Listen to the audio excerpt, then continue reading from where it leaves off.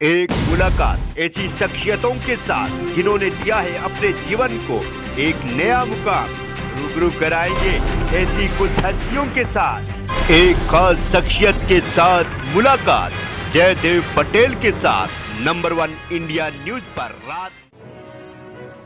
नमस्कार व्यूअर्स, मैं हूं जयदेव पटेल और आप देख रहे हैं नंबर 1 इंडिया न्यूज। आपका एक बार फिर स्वागत है एक खास शख्स के साथ मुलाकात प्रोग्राम में। आज हमारे साथ खास मेहमान है भारत सरकार में आवास और शहरी मंत्रालय के राज्य मंत्री कौशल किशोर। कौशल किशोर जी, आपका बहुत बहुत स्वागत है आज के हमारे प्रोग्राम में। थैंक यू, धन्यवाद। कौशल किशोर जी, आपसे मेरा पहला सवाल है कि जैसे चुनाव की तारीख का ऐलान हुआ तो कई सारे मंत्री और विधायकों ने इस्तीफा देना शुरू कर दिया। विपक्ष कह रहा है कि बीजेपी में कुछ ठीक नहीं है और बीजेपी कमजोर हो रही है। नहीं, ये आरोप गलत है और जो लोग भी गए हैं ये लोग अपने क्षेत्र में जहाँ से चुनाव जीत के आए थे काम नहीं किए थे, इसलिए जनता इनसे नाराज थी। इनको लगा कि भारतीय जनता पार्टी टिकट नहीं देगी तो शायद तो ये लोग अपना बुरिया बिस्तर बांध के चल दिए और समाजवादी पार्टी में इसलिए गए कि वहां से टिकट लेकर के शायद विधायक बन जाए, लेकिन इनकी सीटों पर भी बीजेपी का उम्मीदवार ही जीतेगा। जी कौशल किशोर जी, लेकिन स्वामी प्रसाद मौर्य लगातार कह रहे हैं कि दलित और पिछड़ों की उपेक्षा हो रही थी, रोजगार नहीं था, इस वजह से ये इस्तीफे दिए जा रहे हैं। और स्वामी प्रसाद मौर्य के इस्तीफे के बाद तो मानो जड़ी सी लग गई है इस्तीफों की। देखिए, जब आचार संहिता लागू हो गई उसके बाद गए, यानी सरकार का पूरा लाभ उठाने का काम किया। पिछड़े वर्ग के लोग हैं, सम्मान पाया, बीजेपी ने टिकट दिया, जिताया, आपको मंत्री बनाया, सारी चीजें दी। अब जो है जो जाने का मतलब मालूम क्या है? जाने का मतलब इनका एक ही है कि ये लोकल जहाँ के चुनाव लड़ रहे थे, जीते थे, वहां पर जनता ने इनको इग्नोर कर दिया था जी। और जो पिछड़ों की और दलितों वंचितों की बात करते हैं, तो मैं भी अनुसूचित जाति से हूँ, मुझसे तो कभी इन लोगों ने राय मशविरा इस तरह की नहीं किया। अगर ये वास्तव में कोई प्रॉब्लम थी तो हम लोगों को भी बताना चाहिए था।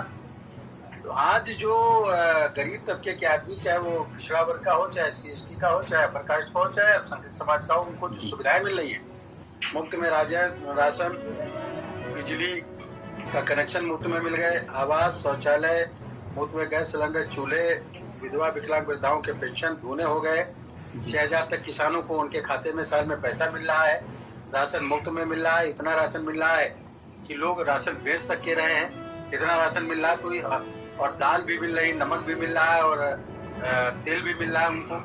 तो ये जो सारी सुविधाएं मिल रही हैं, इससे ये किस तबके के लोगों को मिल रही है जी? ये उन लोगों को मिल रही है जो पिछड़े वर्ग में गरीब तबके के लोग हैं, सबसे ज्यादा फायदा उनको, SC/ST समाज के लोगों को, अग्रणी वर्ग के भी जो कमजोर, आर्थिक रूप से कमजोर, उनको, अल्पसंख्यक समाज को। ये वोटर इनके साथ कोई नहीं गया है जी। खाली ये नेता भाग गए हैं, ये विधायक और मंत्री भाग के गए हैं, इनके साथ कोई नहीं गया है। और ये बीजेपी में फिर से वोट पड़ेगा और इनकी सब सीटों पर जो लोग गए वहाँ पर बीजेपी जीतेगी। कौशल किशोर जी, लेकिन स्वामी प्रसाद मौर्य ने बकायदा ट्वीट भी कर रहे हैं और खुद को नेवला तक बता रहे हैं, कह रहे हैं कि नाग और सांप को खत्म कर दूंगा। किसी आदमी को अपनी तुलना जानवर से नहीं करनी चाहिए, बस मैं इतना कहना चाहता हूँ। और जनता ये कह रही है कि जो लोग भाग के गए हैं वो बीजेपी के लिए आस्तीन का सांप बन गए। कौशल किशोर जी, इतने लोग बीजेपी छोड़कर जा रहे हैं तो क्या इसका पार्टी पर कोई प्रभाव पड़ेगा आने वाले चुनाव में? कैसे देखते हैं आप?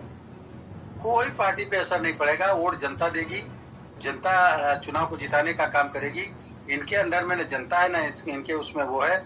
आज जब ये शामिल हुए तो कह रहे थे बड़ा भंडा फोड़ेगा, कुछ नहीं भंडा फोड़ा। समाजवादी पार्टी ने लोगों को बुलाया और इनको शामिल कर लिया, बुलाया समाजवादी पार्टी ने लोगों को, इनके साथ तो भीड़ ही नहीं गई जी। कौशल किशोर जी, आपसे हमारा एक क्लोजिंग क्वेश्चन है कि आपके ऊपर कितनी बड़ी जिम्मेदारी रहेगी बीजेपी में उत्तर प्रदेश में सत्ता पर वापस रिपीट करवाने को लेकर? उत्तर प्रदेश की जनता से मैं अपील करना चाहता हूं आपके चैनल के माध्यम से कि आपको किसी को परेशान और घबराने होने की जरूरत नहीं। जो सुविधाएं आपको मिल रही है आपको नहीं मिली। अखिलेश जी की सरकार में कब्रिस्तान की बाउंड्री खिंचती रही, आवास केवल 18,000 दिए, हमारी सरकार ने 45,000 आपको आवास दिए, 45 लाख आवास दिए पूरे उत्तर प्रदेश के अंदर। 2024 तक पीने का पानी घरों तक टोटी से पहुंच जाएगा, पाइपलाइन बिछा करके। सारी सुविधाएं आपको मिल रही है, मिलती रहेगी।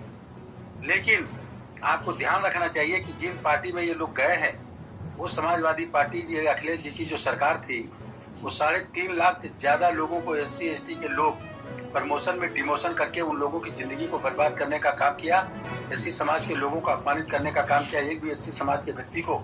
तो मैं ये कहता हूँ कि जरा सी भी किसी को राजनीतिक समझ और सामाजिक जिम्मेदारी होगी तो वो तो समाजवादी पार्टी से एससी समाज का आदमी टिकट ही नहीं मांगना चाहिए उसे, नंबर 1।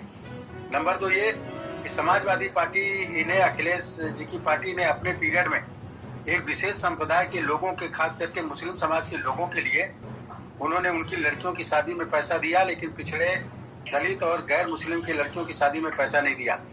जो पिछड़े वर्ग के लोगों को और एससी एसटी समाज के लोगों को जो वजीफा मिलता था, स्कॉलर मिलता था, उन्होंने केवल मुस्लिम समाज के लोगों को दिया और पिछड़े और एससी एसटी के लोगों को नहीं देने का काम किया।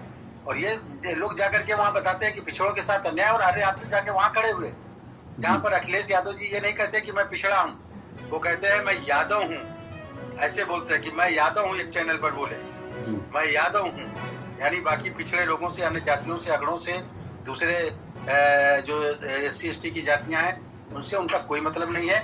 यादव समाज का भी वोट 30 से 40% वोट जो लाभ मिल रहा है वो बीजेपी को वोट करेगा। जी कुशल किशोर जी, आपने नंबर 1 इंडिया न्यूज के लिए जो समय निकाला उसके लिए आपका बहुत बहुत धन्यवाद।